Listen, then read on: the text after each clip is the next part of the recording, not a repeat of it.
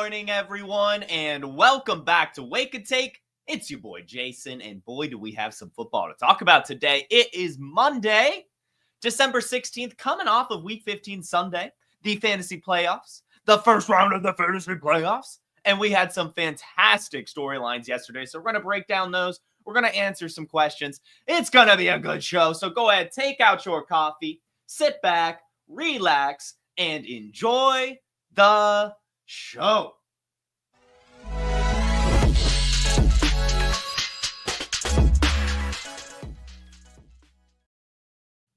All right, welcome in, everyone. Thank you for tuning in. As always, we have a fantastic crowd this morning. We've got Mark, we've got Donald, we've got Louie, we've got Dustin, we've got Jamie, we've got Lucas, we've got Tuna House. Best ball on call in here right now. And of course, the positive Grouch having a good morning as well. Thank you all so much for tuning in. And if you're listening on the podcast feed, thank you for listening as well. Again, everyone, you can listen to Wake and Take if you can't tune in. It does hit our podcast feed via link in the description, the midnight of our show. So I'll post this, I'll schedule it. It'll be up by tomorrow morning. Go ahead and listen. Pretty great stuff if you are, a listener more than a watcher. So we are here. Week 15, basically behind us. We have two games tonight with some decent implications, especially the Vikings-Bears game. I think a lot of us are going to have some players involved in that one. But for the most part, we're ready to talk about it. So let's get into it. As we know, we always start off with a quick rundown of the injuries. It is only Monday, right? So we will learn more about these injuries as time goes on. But we still do know at least a little bit about it. And especially since we're closer to the end of the season, most of these are going to be what we call season ending for the most part. But, obviously that's kind of an egregious term. It's just more so because there's only a couple weeks left. But big one, massive, huge, horrible injury. Patrick Mahomes does have an ankle injury. It has been reported that he will be week to week with this. So we assume that does mean he's done. They do have a Thursday night football game coming up. They have 2 games in 10 days. So it's more than likely, if you have Patrick Mahomes in your fantasy playoffs, you likely will not have Patrick Mahomes for the rest of the fantasy playoffs. But also, let's be honest, for the most part, if you had Patrick Mahomes, you probably didn't make your fantasy playoffs anyway, unless you had another option, or if it was maybe super flex, then you end up fine. But still, definitely disappointing, especially as we'll talk about later. We did finally have this massive Xavier worthy game, and it seemed that was going to be a fun option going through the rest of the season. Without Patrick Mahomes, it's kind of hard to get excited about that offense, especially since they haven't been good anyway, right? It's already been a boring offense with one of the best quarterbacks in NFL history. So, can we actually get that excited about it? The answer is no. So it just sucks. Another big injury that happened that also just sucks is the Nick Chubb injury. Nick Chubb did break his foot. Definitely out for the season with that, I imagine. I don't think that's something you just boot up and take a Toradol shot and head out there the next week. So it's looking like we are going to get some Jerome Ford, who, again, we'll talk about a little bit later in the show. Jerome Ford did look pretty good yesterday, had an awesome breakaway rushing touchdown. So that's good news for those that did not drop Jerome Ford. That's why we never drop running backs. Joe Mixon did have a little bit of a scare. It was an ankle injury, but he returned to the game. We had some Jalen Waddle action in terms of his injury. I feel like every game we have an injury for Jalen Waddle. Unfortunately for this one, though, it is a knee injury, and he did not return to the game. We will find out more about the severity of this, but for the most part, it seems that it's going to be definitely Devon Achane and Tyreek Hill rest of season. Dalton Schultz also had a little bit of a scare. He took a chest injury, but was able to return to the game. Just something to kind of monitor throughout the week. Same could be said for Braylon Allen, who had a back injury. He also returned to the game, but, that could elevate Isaiah Davis. And maybe even just Breece Hall kind of goes back to normal if this is something that lingers. Zach Ertz. Guys, it's happening. We'll see how quickly Zach Ertz is able to return from this concussion. Ben Sinnott didn't do anything in this game, but this has kind of always been the case, right? We're waiting for the Zach Ertz injury for Ben Sinnott to become someone. That's why we said don't drop him. That's why we said a dynasty try to acquire him, because this is very likely something like Trey McBride 2.0. Now, Ben Sinnott's not the tight end that Trey McBride is. I do think that Ben Sinnott is not going to ever be like a top 8 dynasty tight end, but he should firmly find himself in the top 15 when he takes over that starting job. So we'll monitor this Zach Ertz concussion injury. Luckily for Ertz, we hate concussions, right? As it leads to CTE. But in terms of fantasy and everything, generally that's only a week sideline, if anything. So just kind of keep your eye on that. Alvin Kamara. This one's a funky one. Alvin Kamara picked up a groin injury and did leave the game, but it was very late in the game. And when you see him walking out in the sideline, I mean, no one's really holding him. He's kind of just chit-chatting, kind of really just laughing and joking with the guys he's walking into the locker room with, and he doesn't look like he's in pain at all. So personally, when I saw that, I was like, I think this is just kind of a Saints don't want to win this game type scenario. And also maybe just to be safe. But I don't think that this is going to be that big of a deal, although it is definitely concerning given the Saints season is over. There's no reason to rush back Alvin Kamara if this actually is an injury. So definitely something to monitor. This is why we said to keep adding Kendre Miller. Don't drop him. You never know. Alvin Kamara is up there in age. And we've seen Kendre Miller in opportunity before last season actually do decently well. We've seen him get some volume over the last couple weeks. So yeah, Alvin Kamara, we'll see. I don't think it's a big one, but we'll see. Xavier Legette picked up a groin injury. Definitely something to monitor as well with Alvin Kamara also having that groin injury. That did open the door for Jalen Coker, which was pretty cool to see, as we'll talk about later in the show. Malik Neighbors did have his foot stepped on, but he returned to the game, so not that big of a deal. Tommy DeVito, concussion, got concussed, was out of the game, and that actually opened the door for Tim Boyle. And Tim Boyle looked a lot better than Tommy DeVito ever did. I'm going to be honest with you. I actually even texted Dustin, and I was like, man, Boyle's kind of dealing right now. He was throwing it into space. And like really leading Malik Neighbors, and like it seemed that he had like a pretty firm understanding of the routes that Neighbors was supposed to be running, and he just kept feeding him. And that's all it takes. That is all it takes. Just give the ball to Neighbors, man. So Tim Boyle actually looked kind of good. I mean, not great, right? But like he was kind of wheeling and dealing out there. It was kind of fun to watch. Kyler Murray did take a helmet to the helmet, and it had a little bit of a concussion scare, but did return to the game. Trey Benson did have an ankle injury. Unfortunate, but at least at least James Conner's still there. He never really reached his value. So Trey Benson, I think we could probably go ahead and put the nail in the coffin, at least in terms of this season. It was kind of funny. I was watching the game with my Cardinals fan friend, Jacob. Shout out, Jacob. And the announcers, I don't know if you guys caught this, but the announcers were talking about Trey Benson before the injury, and they were just like, oh, the Cardinals love this guy. They're very excited about his future and what he's going to bring to the team. And I was like, I don't know if they're like really excited and committed to this player, given he rarely gets any volume, and they just signed James Conner to an extension. So we like Trey Benson, but I also think that we need to look ourselves in the face and realize that at this point, he's probably just a handcuff, because James Conner's a beast, as we'll talk about later in the show. Alec Pierce, unfortunately, picked up a quad injury. Not that it really matters, but this was kind of one guy that if you were like me and sometimes you like to just put some risk in your lineup, sometimes it's fun to throw an Alec Pierce type player in your flex and just see what happens. In the playoffs, definitely less so, but some people are, able to stomach that kind of risk, especially in deeper leagues. So that is one boomer bust option that is likely done for the year. And Jaleel McLaughlin had a quad injury as well. Not that that's that big of a deal. But if he does miss some time, it can, of course, become a bit more consolidated between Audric Estime and Javonte Williams, which is always good news. A.J. Brown, knee injury.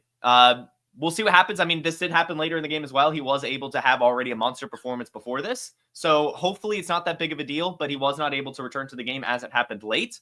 Definitely something to keep our eye on, as he finally had that squeaky wheel game that he has every season, right? Where he complains and then the next game he blows up. Pretty cool to see, as not only did A.J. Brown blow up, so did Devontae Smith and really Jalen Hurts in the pass game as well. We'll talk about that a little bit later in the show. And lastly, Rachaad White did pick up an ankle injury. He did return to the game, but basically by that point, Bucky Irving, who was also playing through an injury, had technically taken over at that point, and they didn't have to give White the ball too much. So unfortunately for Rachaad White managers, we had a little bit of a hope there for a second, but Bucky Irving's just a dog. So those are the injury updates. And before we get into my actual takeaways of the games, let's go ahead and hear about Fast Draft DFS. Oh, incredible news about Fast Draft. Fast Draft DFS is live. It's called the Flex 6 Frenzy. You just draft 6 guys, running backs, wide receivers, tight ends for the Sunday slate. You like Jahmyr Gibbs? You like Jackson Smith and Jigba? You like Tyrone Tracy? Draft them. And the beauty is you can just order 5 teams, submit your rankings, and Fastdraft will email you the results. We awarded $1,000 in prizes our first week, and we're just going up from there. Soon it's going to be a select 6. No drafting at all. You just pick any 6 guys. Our DFS mantra, just say no to salaries on Fastdraft. Don't forget there's free tools on Fastdraft too. You want to get ready for startup season? We've created the best Dynasty mock draft experience there is. And if you want to play in these DFS contests, and our best ball contest for 2025 are coming very soon too, just use promo code PODFATHER when you deposit and you get a free draft. It's that easy. And you're like, oh, I already have Fastdraft. Great. Refer a friend. Have them put your username in as the promo code, and then you and your friend will both get an instant deposit match up to $25. We got DFS. We got Dynasty Mocks. We got Best Ball. It's all there for you on Fastdraft.app. Check it out. And the promo code is PODFATHER. Use that promo code PODFATHER or use a better promo code Jason and get a first deposit match of up to $25. Which, of course, will give you 5 entries into any Fast Draft tournament. Great stuff going on there. DFS, shout out Brittany. Shout out Brittany, the fantastic graphic guru here at Player Profiler. She did take home Week 15's Flex 6 Frenzy, so that was really, really cool to see. Shout out Brittany. So we're here for the takeaways, and I just got to start here. I just have to start here because this was so frustrating. In the year of our Lord 2024, players are still dropping the ball before crossing the end zone. Throwing in the first half. Taylor breaking away. Taylor, touchdown. I got to be honest here. I still think he crossed the plane. Every time I watch this, I genuinely think that he crossed the plane. So I'm very frustrated as Jonathan Taylor is the running back is one of my running backs in the Guillotine League. And I am close to losing. I am only projected to win by like 6 points right now. And it really can change. It could change so quickly. And if I had that Jonathan Taylor touchdown, I'd be feeling a lot better. And I just have to ask, like, how? In the year of our Lord 2024, are players still not holding the ball before crossing the plane? Like, what are we doing? Score the damn touchdown. I just don't understand it, especially a player like Jonathan Taylor. Like, I could understand if, like, Ashton Doolin is just so excited, you know, or whatever. But no, Jonathan Taylor, a pro's pro. I know he hasn't scored a touchdown in weeks, but still, like, what are we doing? How are we doing that? And I agree, MV Prof. I do think that was Bush League because he crossed the plane. He crossed the plane. He really did. Like, you could watch it in slow-mo so many times. And I think it's even more frustrating because referees do this shit all the time. They're like, oh, sorry, there wasn't enough evidence to overturn it. Okay, then don't. Yeah. All I want is that damn touchdown. That's all I care about. And it was like by a hair, if anything. If anything. So that was just ridiculous. Absolutely ridiculous by the referees to take that away. Total momentum killer. Total fantasy loser, too. I mean, 6-point swing. That's massive. That's just massive. Especially in leagues where you get, like, the bonus for the long play. Like, come on. So anyway, as you can tell, I'm very frustrated about the Jonathan Taylor touchdown. I don't know how we're still doing that. I'm also still very frustrated, or not still. I'm also very frustrated and mad at myself. I came on here Thursday. We did the start-sit show, and I said, hey, Jayden Reed's going to bounce back this week. This is a great bounce-back matchup against the Seattle Seahawks secondary. He's going to score not 1 but 2 touchdowns. The Packers are going to kill it. Jordan Love's going to sling it. And boy, did the Packers do well. Boy, did Jordan Love sling it. And boy, did a wide receiver score 2 touchdowns. But his name was Romeo Doubs. And I'm just so frustrated because I don't think that you could get any closer, right? Genuinely, how could you get any closer to a call for it to then just be a different player on the same team? So annoying. 3 receptions, 40 yards, and 2 touchdowns for Romeo Doubs. Jayden Reed, 6 targets, 5 receptions, leads the team in receptions, but only 34 yards. No touchdowns. So sorry for that call. So damn close. And so mad at Romeo Doubs. I feel like that's just what Romeo Doubs does. I feel like he exists just to piss off people like us at Player Profiler, who just don't like Romeo Doubs' profile, who latch on to these, the best comparables, and we see Jayden Reed, and, you can't have 2 bad games in a row, blah, blah, blah, blah, blah. But the thing about Jayden Reed is, and, I have this take always, is that he's just a very good player. And again, there's no issues with very good players in the NFL. But when you realize that there's a ceiling to a player and that they've probably already reached that ceiling, you really do have to look yourself in the eye and sell when that player's hot. And Jayden Reed this season, I mean, we talked about selling him, right? I mean, we did say this, but we did still expect him to be decent rest of season, and he's just completely fallen off. And I'm not sure what it is, if there's just too many mouths to feed, if he's just not a true alpha. But either way, I'm definitely sure that his value is never going to be where it was. This season, and especially the close to the season, is always going to leave a poor taste in people's mouths. Romeo Doubs is going to be an issue. Christian Watson's going to be an issue. Josh Jacobs is finally coming to life. Josh Jacobs had more receiving yards than Jayden Reed. Josh Jacobs. So I would say that my concern level for Jayden Reed is high, to say the least. I think that there are issues in the way that he is schemed open in this offense. And I think that this scheme in general just doesn't want an alpha. And so, unfortunately for me, I will never have Jayden Reed again. Just a type of player I don't like to roster. I don't have many Jayden Reed shares. But I mean, at one point this season, he was a top 12 dynasty wide receiver. I believe he made it up to exactly wide receiver 12 on Keep Trade Cut, if I'm remembering correctly. And we talked about selling him there, tons of different opportunities. I hope you guys did. But man, is it concerning to see Tucker Kraft have the same amount of receiving yards on 3 less receptions. Romeo Doubs to have 2 touchdowns on 2 less receptions. Josh Jacobs to have more receiving yards with less receptions. Christian Watson to have the same amount of targets, less receptions, but average 19 yards a reception. It's concerning. It's concerning. And so, the only Packer you really want is Josh Jacobs and Jordan Love. And I'll take Christian Watson. I'll always take a Christian Watson. I like those types of players. And that's just where I'm going to leave it. I'm concerned with Jayden Reed. Hope you guys sold. And let's move on. Because there was another player that we've been recommending buying a lot all season, really. And it's been hard to do, especially with the way this offense was playing, and that's Xavier Worthy. And Xavier Worthy is a wide receiver that we, of course, love the profile. We love the landing spot. We love the potential. We love the usage. And we finally this week had the Xavier Worthy game. 11 targets, brought in 6 of them for 46 yards, had a 29% target share. And on top of that, had, we'll call it 2.5 carries for 30 yards and a touchdown. I'm still uncertain if his touchdown was really a carry, given it was a screen. I know that that's how it's calculated, but I think that that's splitting hairs a little bit too.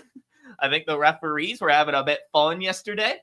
But still, he scored that touchdown, looked great. And it's just nice to see Xavier Worthy do these types of things. So, hey, if you got Xavier Worthy, congratulations. For Dynasty, without Patrick Mahomes, I am definitely very curious to see what happens with Jayden Reed or with Xavier Worthy. Carson Wentz, I'm sure, is fine. And yeah, I don't know. But it's not going to be as good. And the ceiling is definitely zapped. At least I assume. We haven't really been starting Worthy recently. You know, his target shares have been very, very hit or miss. And I think this game in particular, I'm not sure if many people were starting him. So we'll see. I have an open mind to him still being decent rest of season, but I don't know if we're going to get this 11 target type game, this carries type game with Carson Wentz at the helm. So yeah, more of a dynasty asset. And potentially, if he does have a down game, potentially you could sell him or try to buy into him again at some point this season if he's just on the right team to be able to buy him. We'll cross that bridge when we get there. But it is just sad to see Xavier Worthy kind of finally have this massive breakout, like true like alpha breakout game. I know we've had ceiling games from him, but we haven't seen this type of usage, even in week 1 when he had the 2 touchdowns. So anyway, the Xavier Worthy game happened, but unfortunately, Patrick Mahomes' season is over. And on to the Panthers, because there's an interesting dilemma popping up in Carolina, and that is, of course, going to be Jalen Coker versus Adam Thielen. Jalen Coker finishes the day with 6 targets, 4 receptions, 110 yards, and a touchdown, had a 21% target share.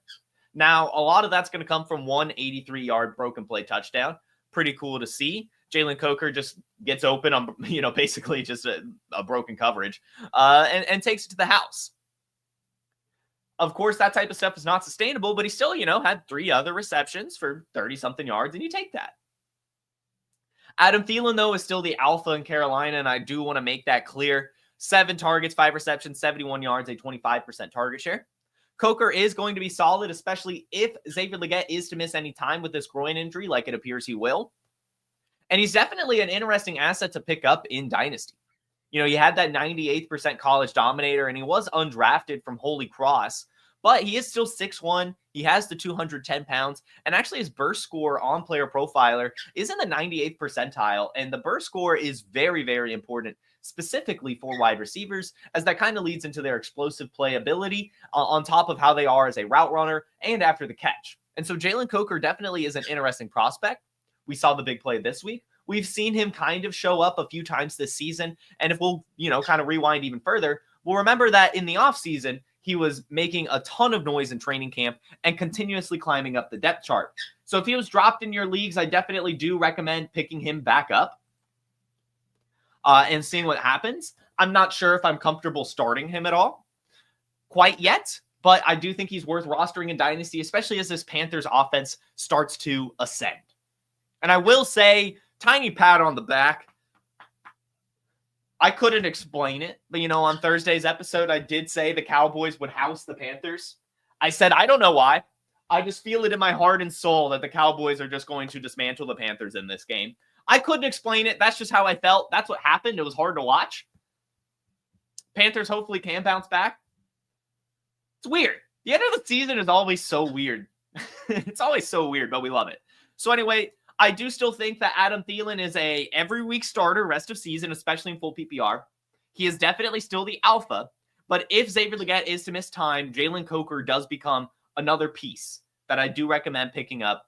But for the most part, still, I'm going to have the same take that we had in last week's waiver wire show. We are still prioritizing running backs. Wide receivers are just so hit and miss that we're not trying to waste too much fab on this player, even if he did pop off, because we're not so sure he'll pop off next week. Again, most of his production came off one broken play that was an 83-yard touchdown. So I just don't want to overreact too much, but I am definitely intrigued.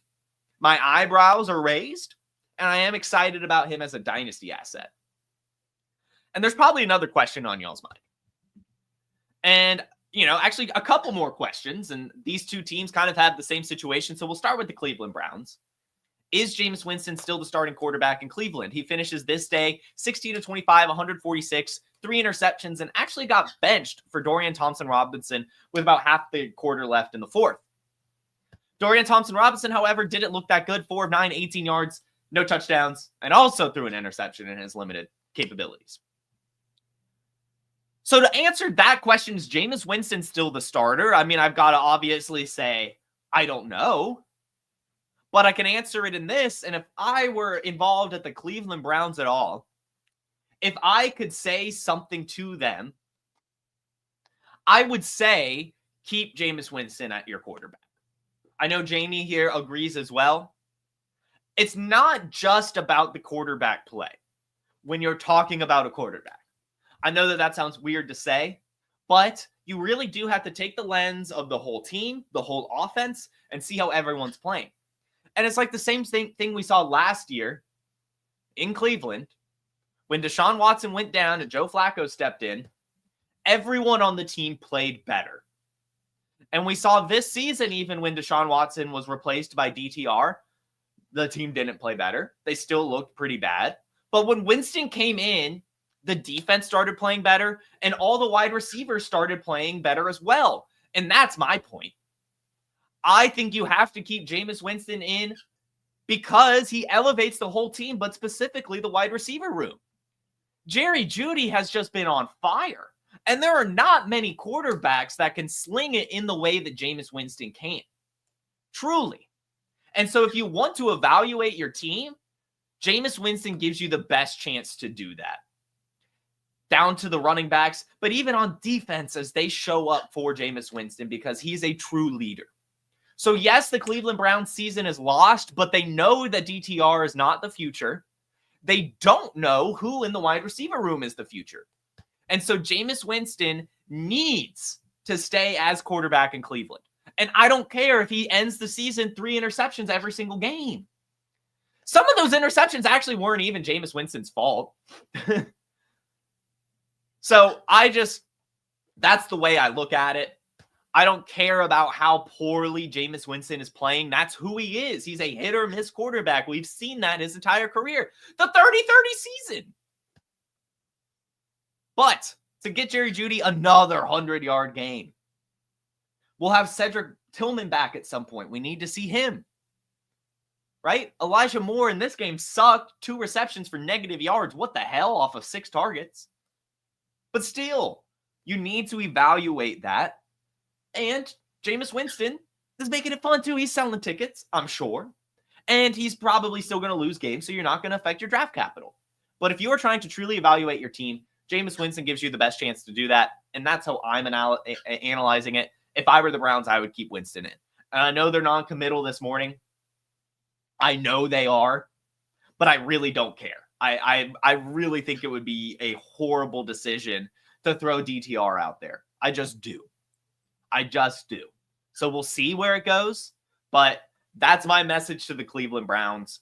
And that's how I'm going to keep trending. Because I do think that, there are people smarter than me running that organization. Actually, maybe. I don't know. I might be smarter than the Cleveland Browns front office. But am I right?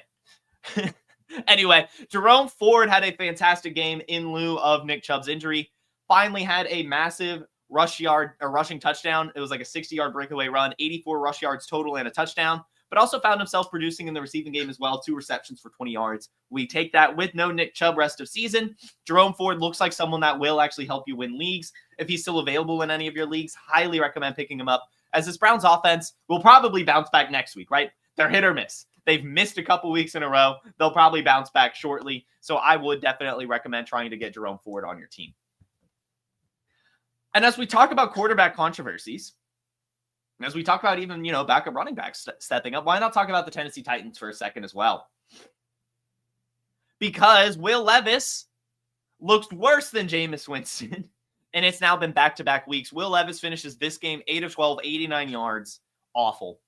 0 touchdowns and 3 interceptions. He got benched for Mason Rudolph, who went out there and looked a lot better. Looked like Mason Rudolph, 21 to 26, 209 yards, 2 touchdowns, and an interception. And Mason Rudolph's a good quarterback. He is. I know we've got a lot of Steelers fans in today's chat.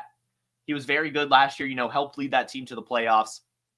And Mason Rudolph, I feel like he's probably in that Jake Browning territory where, he maybe could be a starting quarterback, but you don't feel great about it. And so the Tennessee Titans for the rest of the season kind of have to ask themselves what they want to do going forward. And if you were to ask me this question 2 weeks ago, I would have said, yeah, they're keeping Will Levis next year. I think, in fact, we talked about that. We said that Will Levis and Bryce Young are doing everything they can to keep their job, and they probably will. But as the Titans continue to lose and Will Levis continues to look this horrible, especially against some weaker opponents, like the Jaguars last week, I'm sure that the Tennessee Titans organization are looking at their top 6 pick right now. No matter what, they'll be top 8. And thinking, do we really want to get a wide receiver to help Will Levis? Or do we need to go get a quarterback? And that's going to be the big debate all season. I realize and recognize that this year's draft only has like 3 quarterbacks, so I'm not sure if they'll even be able to get one.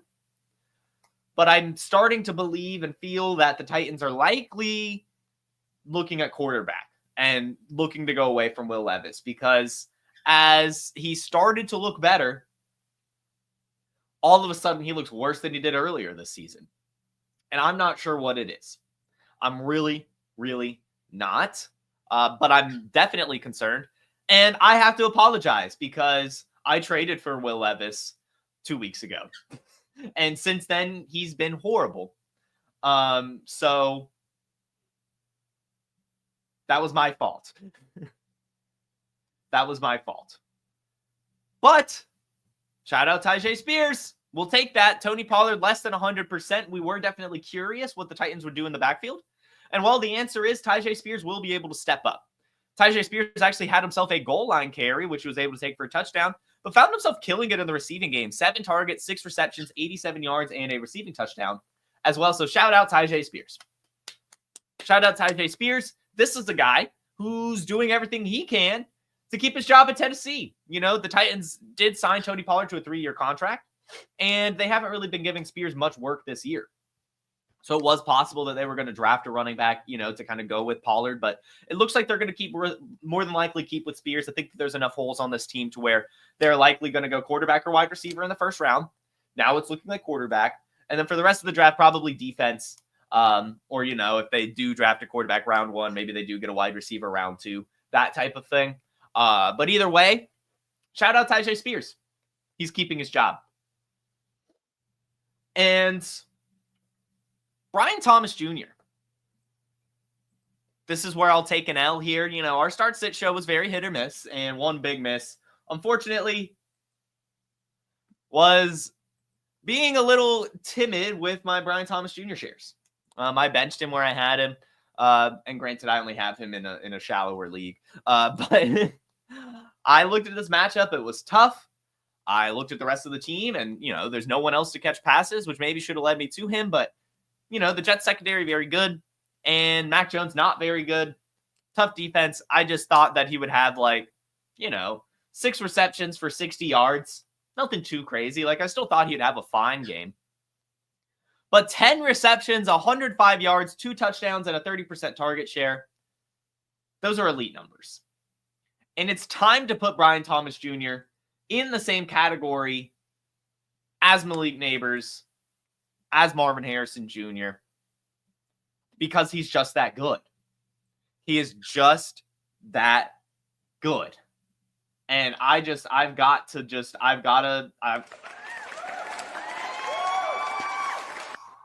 he's just that good. So apologies there for sure. But what a game. He belongs in elite category. Again, he needs to be in that same realm of Malik Nabers, Marvin Harrison Jr., and I think he is there. I think that we're all coming around to that. He's been there at one point this season, fell off a bit. But he's just absolutely killing it. He deserves his flowers, and he's not going anywhere. I would do pretty much whatever it took to get him on my dynasty team. Like, I would pretty much do whatever it took. And, you know, his former LSU teammate, Malik Nabers, of course, we already know he's elite. We've seen it time and time again. But again, 10 receptions, 82 yards, a touchdown. And even started kind of crushing it, like playing better with Tim Boyle. I don't think you could say that about many wide receivers where they look better with Tim Boyle. So I just think it's awesome to see him perform with quarterback after quarterback after quarterback after quarterback. And the Giants, of course, are going to get a quarterback next year. So Brian Thomas Jr. is a stud. Malik Nabers a stud. And it really is just beautiful. Which leads me to my next point. What the hell is going on with Marvin Harrison Jr.? What the hell is going on with Marvin Harrison Jr.? Trey McBride, 10 targets, 9 receptions, 87 yards. Greg Dortch, 3 receptions for 60 yards. And Marvin Harrison Jr. next. 6 targets, only brings in 2 of them for 32 yards. Dropped a potential touchdown on a little fadeaway in the back of the end zone. And genuinely just doesn't look that good. He looks fine. I mean, like, we've seen some good plays for him. He still looks like one of the better wide receivers in the league. But really, genuinely, we might have overhyped it. Or so the fantasy community is going to say. However, my take, and I'm just going to continue with this take, we don't give up. We believe in conviction here at Wake and Take, and I will remain with my conviction that Marvin Harrison Jr. is still a stud. I know, shocker, what a hot take. But as people are going to be screaming from the rooftops to sell Marvin Harrison Jr., get out from under him, that he's a bust, I'm going to say the exact opposite. I don't think he's a bust at all. Disappointing? Sure. But he's still a rookie. And he still has nearly 700 yards and 7 touchdowns off of only 47 receptions. That's not that bad. Really. We still have 3 more games. And those 3 games are spike week potential games. The Panthers, the Rams, the 49ers to end the year. So he has a chance here. The main concern being that even Kyler Murray isn't balling. He's playing fine, again, but the touchdowns aren't really there. The explosiveness isn't really there. So then you really have to ask yourself, is Kyler Murray bad at football? And I think we can all agree that no, Kyler Murray is good at football. So what is it? Well, it's easy. It's the play calling. It's the coaching. It's whatever the hell is going on in Arizona that Kyler Murray and Marvin Harrison Jr. can't control. Because they are elite athletes. They're very good at football. And when things change, they're going to be a lot better. And it will change soon.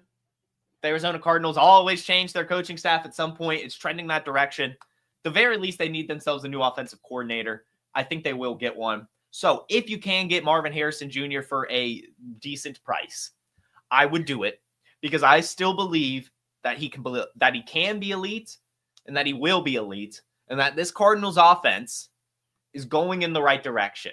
Trey McBride, an incredible piece. Marvin Harrison Jr., an incredible piece. They just extended James Conner, who say what you want, he gets it done. Trey Benson will develop again. They'll work on this offensive line.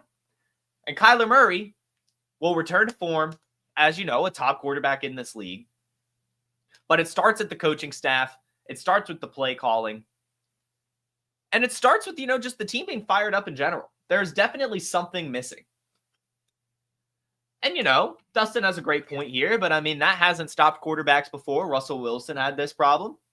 Drew Brees had this problem. And Kyler Murray has had success with this problem before. The problem is, the plays aren't designed in such a way for him to be able to do this. We need Cliff Kingsbury again. We need a Bruce Arians. We need a gunslinger back there. And it's just not really happening. So I do think it will get there at some point. But right now, I just think that the offensive system doesn't match the personnel. And that just happens sometimes. But I will remain in my conviction and say that Marvin Harrison Jr. is good at football. And so is Kyler Murray. And we should be getting these players while we can. And speaking of elite wide receivers, let's take a rewind. Because a couple weeks ago, we had a playoff buys target episode. And I want to victory lap this because I recommended buying 6 wide receivers. Just 6 wide receivers. Every single one of those are off to a fantastic start. And looking like true league winners. Let's start with Mike Evans. Mike Evans, my number 1 playoff wide receiver buy. Finishes this game, 9 receptions, 159 yards, 2 touchdowns, and a 40.7% target share. And this was in a week where he didn't practice. He rolled off of his couch and put up 160 and 2 tutties. Because he's one of the best to ever do it. And shame on anyone who thinks differently. He's now up to 749 yards on the season. A few weeks ago, I had the take that Mike Evans would finish the year with 1,000 yards and keep his streak alive. At that point, he needed to average 97 yards a game to get it done. Well, surprise, surprise, he has smashed that and now only needs 83 yards a game. If he stays healthy, there is no way in hell he does not do that. A game against the Cowboys next week, the Panthers the week after that, and then the Saints to close the year. Mike Evans could cross 1,000 against the Cowboys. He only needs 251 more yards to do it. He's going to do it as long as he can stay healthy. So I just want to go ahead and just... And next, my second wide receiver buy for the playoffs was Davante Adams. And I got, some negative feedback on this one, I think. And I understood it, right? The Jets offense didn't look that good. Devontae Adams is just fine. Aaron Rodgers, eh. But I looked at the schedule.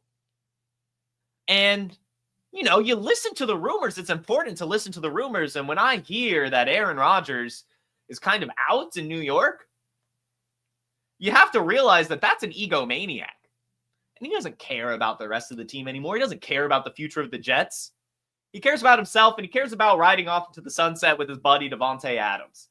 And Devontae Adams, up until our playoff buys episode, was averaging over 10 targets a game, and it just hadn't come together. Since we've recommended buying him, he has been on absolute fire. And in this one, had nearly 200 yards and 2 touchdowns, and again, a 40% target share, just like Mike Evans. And so I really hope you guys bought these players. I know some of you did. But Devontae Adams, Mike Evans, they were absolutely crushing it. Those were my top 2. Number 3, looking shaky. Luckily, he got himself a garbage time touchdown, but it was Jameson Williams. I wanted one boomer bust guy, kind of high ceiling player on here, especially with the Lions closing the year the way they are in their schedule, trying to lock down that number 1 seed. I wanted someone that you could kind of get in cheaper, and that was Jameson Williams. Finishes this game, 37 yards and a touchdown. We take that. We take that. Who was next? Nico Collins. Nico Collins was next, 4 of 6, only 17 yards, but still got 2 touchdowns. 23% target share. Texans looking better as well. Nico Collins, what a stud. Next, the next wide receiver buy was Ladd McConkey. Finishes this game, and this was recommended to buy after he was injured, right? Picks up this injury, and I'm like, no, he's going to bounce back. 5 of 7. 58 yards and a touchdown. And looks incredible out there. Dude just looks incredible out there. So Ladd McConkey, a true stud. Hopefully you bought him for their playoff push as well, as the Chargers are, on the verge of falling out of the playoffs. So they're going to be fighting, and they have no run game right now. So Ladd McConkey is going to close out the year strong. And so will Jackson Smith-Njigba. 10 of 12, 83 yards, 36% target share. And Sam Howell's at quarterback now with Geno Smith going down. And, well, while the ceiling may be zapped, the volume's still going to be there. Sam Howell last year had nearly 4,000 yards. He has that gunslinger mentality, and he actually fits in this offense. And, again, this is why we talked about rostering Sam Howell all year in Superflex. Not just for a Geno Smith injury, but also just for the potential that the Seahawks weren't going to be good and decided, hey, let's see what we have in this young guy. New coaching staff, kind of a rebuilding year. And they've, unfortunately, I would say unfortunately, I'm sure Seahawks fans are happy. They're kind of trending towards the playoffs. But, it's just falling in their lap. This wasn't supposed to be a playoff year for them. So I'm glad that they've done it. But this was supposed to be a rebuilding year for them. And it's kind of weird to watch. Although, they might still miss the playoffs, right? I think they're now tied with the Cardinals. They're only 1 game ahead, whatever it is. But Jackson Smith-Njigba, still going to end the year on a tear, has established himself as the alpha in this offense. So my wide receiver buys from our playoff episode absolutely cooked them. I even mentioned, other positions too. I said, get Jared Goff, Isaac Orendo, lots of great buys in that episode. So loving that. Just genuinely loving that episode. Hopefully you guys took some of that advice, because these weapons in particular, these wide receivers are incredible. Just the most fantastic wide receivers for the playoff push. And I can't believe I called those. And speaking of wide receivers, can we get Drake May some weapons? Seriously, please. Because it is just so hard to watch Drake May try his best with Kendrick Bourne, Austin Hooper, Antonio Gibson, Kayshon Boutte. Demario Douglas at least finds the end zone, but it is horrible and hard to watch. Patriots are definitely in the Travis Hunter, Ted McMillan sweepstakes, thankfully. That's definitely where they're going. They know they have their guy. Drake May is awesome. 19 of 23, 200 yards, a touchdown, and an interception, but also had the rushing touchdown. When the game was lost, he did come to life and just do Drake May things. And that's why we talk about getting him in single QB even, is he's going to score points, whether it be standard time or garbage time. This dude's going to get it done, even without these weapons. So please, fantasy football gods, NFL gods, get Drake May some weapons next year. Please. And again, we can continue on this weapons thing, as A.J. Brown did have his squeaky wheel game. We probably should have expected it, right? You know, it happens every year where A.J. Brown complains and the media is like, oh, what's happening with A.J. Brown and Jalen Hurts? And then that very next game, they're like, bing, bang, boom, we're back every year. 8 of 11, 110 yards and a touchdown, 34% target share. But Devontae Smith, 37% target share, 11 of 12, 109 yards and a touchdown. The Eagles' pass game is unlocked. Heading into the playoffs, Jalen Hurts, 290 passing yards, 2 passing touchdowns, but also had 45 rushing yards and a rushing touchdown. This Eagles team is coming to life at the right time. These playoffs are going to be immaculate. I am so very excited for this year's NFL playoffs. Love it, love it, love it. That's really all I got to say. If you have the Eagles rest of season, you're loving it. You know, they're going to end the year on a tear as well. They've got some must-win games. A.J. Brown, classic squeaky wheel game. Glad to see he's back, and we can rely on Jalen Hurts and the Eagles passing game for the fantasy playoffs. And speaking of the playoffs being exciting, I've got 2 more things to talk about here. They're not even really that fantasy related. We're kind of done with the fantasy takeaways. But can the Cincinnati Bengals do it? They're not out. They are absolutely not out. And you guys know it. My take was that the Bengals would win the Super Bowl. And I have hated that take all year because we're watching the Bengals look so good. Joe Burrow is playing at an MVP level, and the Bengals just can't win. And it's so hard to watch. But if you go to the AFC playoff picture, it's not over yet. It's not over yet, guys. They're 6-8. The Broncos are 9-5. The Chargers are 8-6. The Dolphins and Colts are the only other 2 teams on the bubble. They have the same record as the Bengals, and they are slowly but surely losing steam. So, hey. Oh, in fact, the Chargers are 8-7. This hasn't even been updated. And the Bengals are 7-8. So they're right there with them. In fact, the Dolphins and Colts lost, so it's just the Bengals now. They might really eke into the playoffs, ladies and gentlemen, because I don't think the Chargers are. The Chargers not having a run game has crushed this offense. It really has. So it's really looking like the Bengals might happen, guys. And I'm like I said, my take has always been that they would make it into the wild card. They would get hot at the right time, and they would just do it like they did last time. They would just do it like they did last time. Just shock the world in the playoffs. And I just, to me, the Bengals and Joe Burrow, they're playoff teams. I don't care about the regular season, really, for these types of teams, because these are the types of players and teams that have the clutch factor when the season is on the line to just turn that thing on, guys. And so I'm looking at this Cincinnati Bengals team, outside looking in, but genuinely all season, we have been saying that, for some reason, I just feel like the Bengals are going to win the Super Bowl. They're going to get hot at the right time, and they're going to be just one of those wild card teams that gets hot in the playoffs and makes some noise. And I'm really glad that they're starting to pick up these wins and the steam is building, because that's just what it takes. There's always a dangerous team. We haven't had the wild card story in so long. Oh, it's time to get excited about the Bengals is all I'm saying. But if it's not the Bengals, that's okay. That's okay. You know, as much as I would love to see Joe Burrow win a Super Bowl, and I think we could all agree there, to be honest, even you, Dustin. Dustin, I know you're a Steelers fan, but I know you also want the Bengals in the playoffs. I know you do. I know you like Joe Shiesty. But even if the Bengals don't make the Super Bowl, we were treated to probably the Super Bowl. We were probably treated to the Super Bowl yesterday.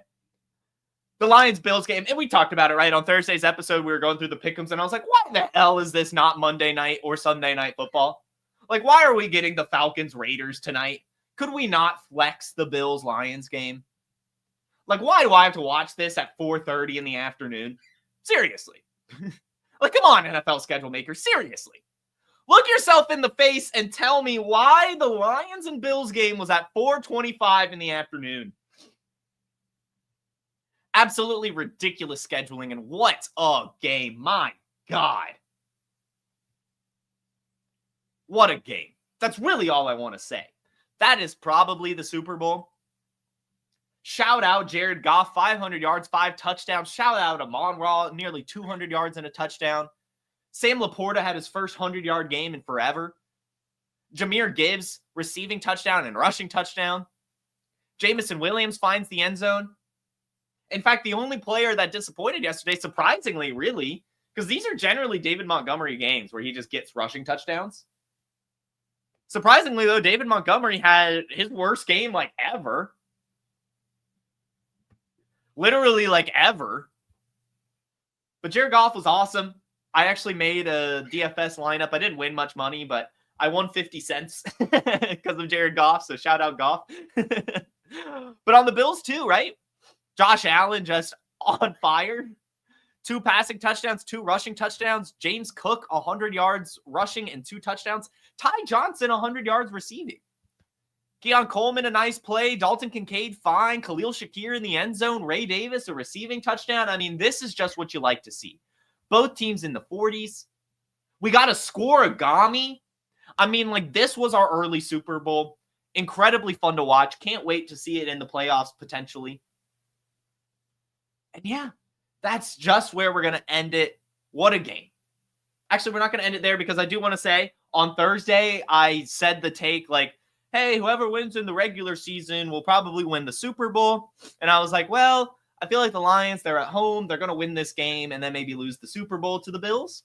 Well, it's looking like it might be the other way around. I firmly believe in those takes going back to the Tom Brady, Peyton Manning days. It was pretty much any time like they met in the regular season. If Tom Brady beat Peyton Manning in the regular season, Peyton Manning beat Tom Brady in the playoffs and vice versa.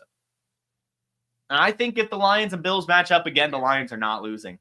They're absolutely not going to lose if they match up with the Bills again. They showed up in that second half. They know what they need to do now. And the Lions are the exact type of team you do not want to play twice. So congratulations to the Detroit Lions, 2024 Super Bowl champs. Hey, I want to thank you for being part of this broadcast. If you have any thoughts on it, leave a comment. If you enjoyed it, make sure you leave a like. And if you want to see more shows on the Player Profiler channel, subscribe to it. That's how we know you want more.